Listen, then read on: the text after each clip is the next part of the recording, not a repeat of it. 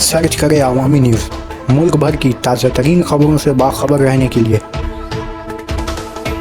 Subscribe करें हमारे channel को और बेल आइकन ज़रूर दबाएं।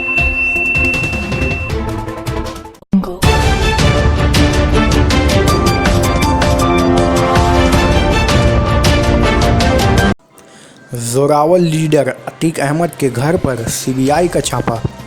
प्रयागराज में जोरावर लीडर और साबिक समाजवादी पार्टी रकुन पार्लियामेंट अतीक अहमद के घर पर सीबीआई ने छापामारी की है।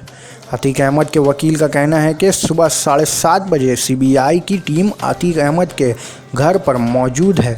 सिक्योरिटी फोर्सेज ने रिहाइश को पूरी तरह से घेर रखा है।